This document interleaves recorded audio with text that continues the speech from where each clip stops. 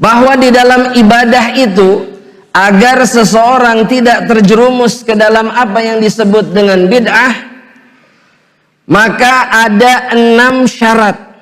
Ada 6 syarat yang harus dipenuhi dalam sebuah amalan, yang harus sesuai dengan sunnah Nabi Muhammad SAW, agar dia tidak disebut dengan bid'ah.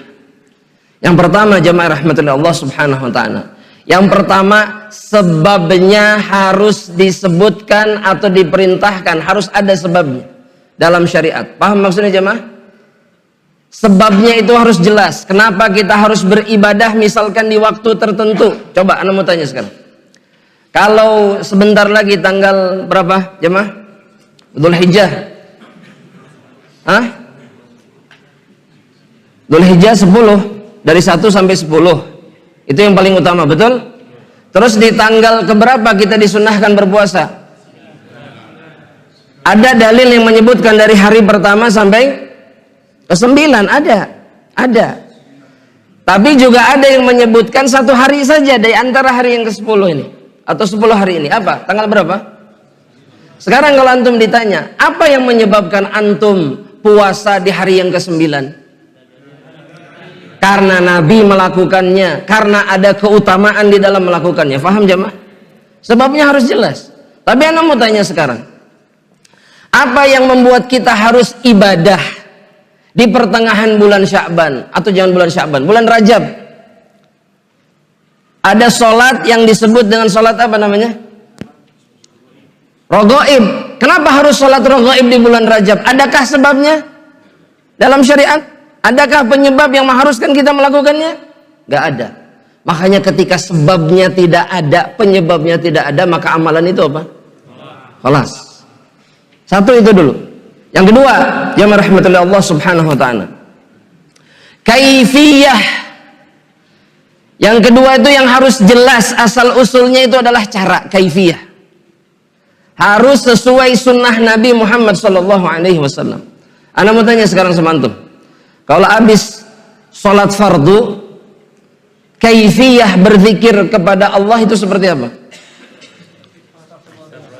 Kaifiyahnya setelah salam apa? Istighfar 3 kali, terus Allahumma antas salam wa minkas salam. Setelah itu apa? Wallahul hamdu wa huwa ala. Terus setelah itu apa? Subhanallah berapa?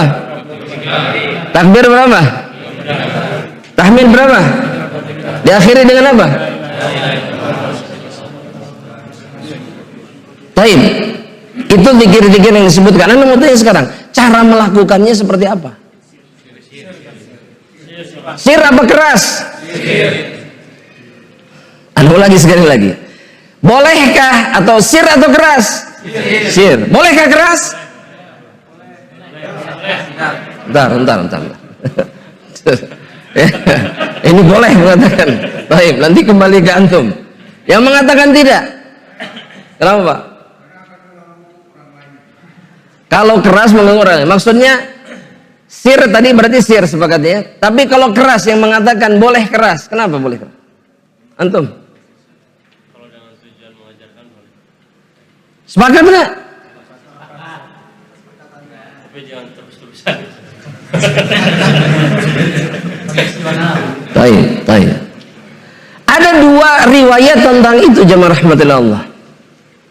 Terkadang Nabi mengeraskan suaranya dan terkadang Nabi bahkan sebagian ulama mengatakan ini yang lebih sering. Namun Nabi tidak pernah melakukannya berjamaah. Kaifiyah caranya, dari mana datangnya dilakukan berjamaah?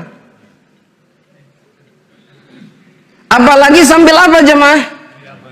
Masya Allah. Baik, sudah sampai di situ. Ya. Kaifiyahnya tidak ada, maka ketika amalan keadaannya seperti ini disebut sunnah tidak? Tidak. Secara syar'i dia disebut dengan nama bid'ah. Ini harus difahami jemaah rahmatullah. Karena agama itu semuanya sudah sempurna.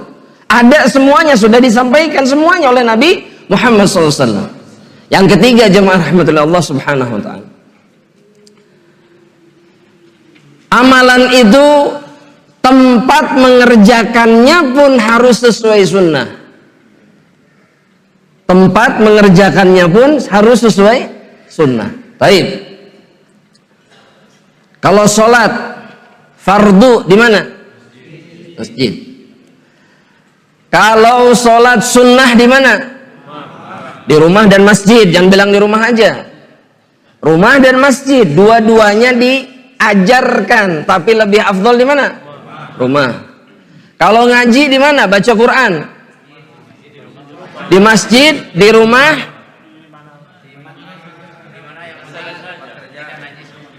dimanapun, yang penting tidak, tempatnya bukan tempat kotor gitu. Yakin? Di mana? Mumtaz, tapi ke situ nanti larinya. Antum sudah mendahului ana dalam masalah ini. Barakallahu fiik. Di mana saja, apa buktinya, apa dalilnya bahwa di mana saja? Kan kita harus tahu. Mengatakan di mana saja, tayyib boleh, tapi apa dasarnya?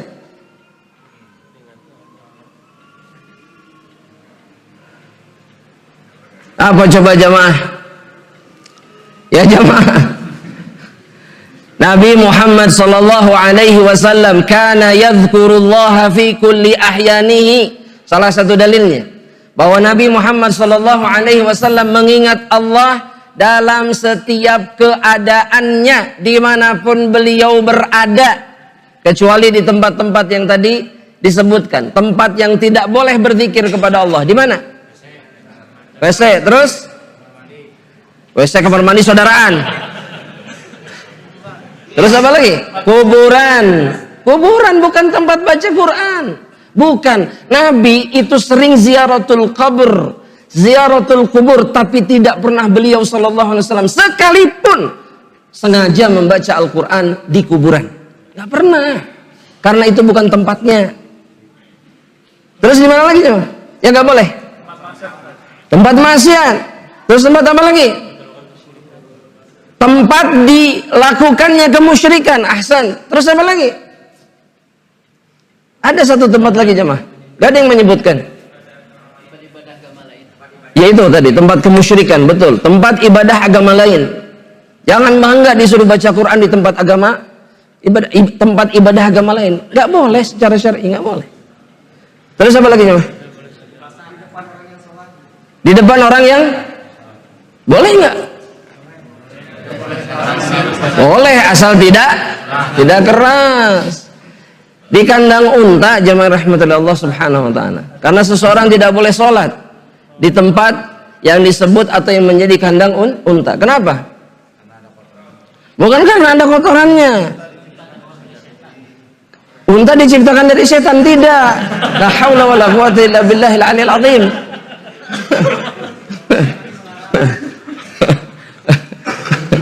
Karena tempat berkumpulnya syayatin. Iya, itu di tempatnya unta. Makanya sholat di situ nggak boleh. Bukan masalah kotorannya. Nabi tidak sholat di kandang unta atau melarang orang untuk sholat di kandang unta, tapi beliau sholat di kandang kambing. Naha, jangan pakai naha. Kalau pengikut Nabi Muhammad SAW mau ngomong naha, udah tenang aja. Pokoknya Nabi melakukannya, titik, sudah selesai. Gak pakai naha. Kita lanjutin jemaah. Barakallahu fiik, barakallahu fiik. Maksudnya kenapa kok di kandang boleh? Itu menunjukkan memang satu, bahwa kotorannya bukan najis. Dan tempat itu adalah tempat yang boleh di dalamnya kita mengingat Allah subhanahu wa ta'ala. Udah sesederhana itu sebetulnya. Gak usah kemudian, wah nah hanya padahal bau, padahal ini. Enggak gitu caranya. Seorang mukmin itu tidak begitu cara berpikirnya. Ketika dia tahu Nabinya Muhammad SAW melakukannya, titik. Contoh nih, contoh. Seperti minum air seni unta. Sebagian orang jijiknya luar biasa. Padahal Nabi menyuruhnya. Kepada orang yang memang membutuhkan, dia minum. Boleh nggak minum? Boleh. Jangan mengatakan kemudian, mungkin Temungkin maunya Nabi nitah minum cikiih, air seni maksudnya, nggak mungkin. Nggak bisa begitu dalam agama. Nabi bilang iya minum, maka kita pun membenarkannya. Masalah kita kok kayak agak berat minumnya itu masalah lain. Tapi jangan ditolak oleh ketidaksukaan kita. Ya, itu yang harus difahami jamaah rahmatullah Allah subhanahu wa ta'ala. Itu yang keberapa tadi? 3 ya. Yang keempat jamaah rahmatullah Allah. Yang keempat, waktu melakukan ibadah juga harus sesuai dengan tuntunan. Jika tidak, maka dia bisa menjadi bid'ah. Waktu. Dan ada ibadah-ibadah yang memang dibatasi oleh waktu. Contoh apa? Jemaah. Haji, terus apa lagi? Saum Ramadan, terus apa lagi? Salat tarawih. Salat apa? Salat mutlak dibatasi waktu? Enggak. Waktu ini mah. Ibadah yang dibatasi waktu. Bentar, salat mutlak, salat sunnah mutlak. Ada yang tahu enggak? Ini mukanya muka kehela, naon sunnah mutlak? Tahajud lain, duha bukan. Salat sunnah mutlak apa? Hah? Contohnya salat sunnah sebelum Jumatan. Maksudnya salat sunnah yang dilakukan dalam jumlah yang banyak, niatnya apa? Salat sunnah. Dan terkait dengan sebab-sebab tertentu, itu salat sunnah dibatas waktu enggak? Dibatas. Apa batasannya? Waktu-waktu yang diharamkan nggak boleh sholat itu. Apa itu waktu yang diharamkan? Sebelum sholat maghrib, akhir asar, terus? Bukan ketika unta kepanasan, ketika matahari persis di tengah. Kemudian satu lagi apa? Setelah subuh sampai matahari masuk ke waktu duha. Sudah. Itu waktu larangan, nggak boleh sholat sunnah mutlaq. Ini udah isya aja. Wah bener anak telat pisan mati. Kita adzan dulu, nanti kita lanjutkan insyaallah taala. Fadhil. Bismillahirrahmanirrahim. Alhamdulillah wassalatu wassalamu ala Rasulillah. Ikhwatul Islam, ikhwatul iman rahimani wa rahimakumullah. Kembali kepada 6 perkara yang harus sesuai dengan sunnah Nabi Muhammad SAW, sehingga ibadah tersebut tidak disebut dengan apa? Bid'ah. Perkara yang berapa tadi? Yang terakhir? Yang keempat. Perkara yang keempat, yaitu waktu. Maka ibadah di dalam Islam yang ditentukan waktunya itu tidak boleh kemudian dilakukan di dalam kesempatan atau waktu yang lainnya, yang berbeda dengan yang sudah ditetapkan oleh siapa? Rasulullah SAW. Kemudian perkara yang kelima jemaah rahmatullah Allah, suatu amalan juga harus sesuai dengan sunnah di dalam masalah jenis. Tulis saja jenis. Dalam masalah jenis. Dan ini berbicara tentang amalan-amalan ibadah tertentu yang sudah ditentukan jenisnya, seperti yang sebentar lagi akan kita lakukan. Apa jemaah? Kurban. Maka di dalam Islam, kurban tidak bisa diganti oleh apapun jenis binatangnya. Karena yang ditetapkan oleh Allah, yang ditetapkan oleh Rasulullah apa?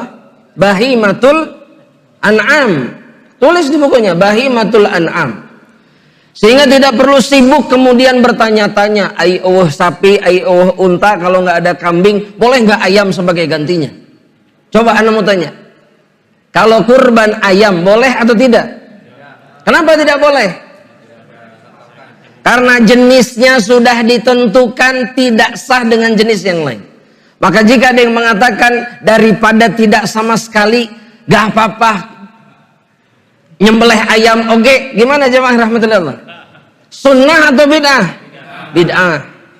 Sudah gampang, mudah. Nanti kita sebutkan, nanti mengarah ke sana tuh yang disebutkan oleh Bapak. Kenapa sih orang kemudian berbuat kebid'ahan? Selain tadi yang pertama apa dalam definisinya?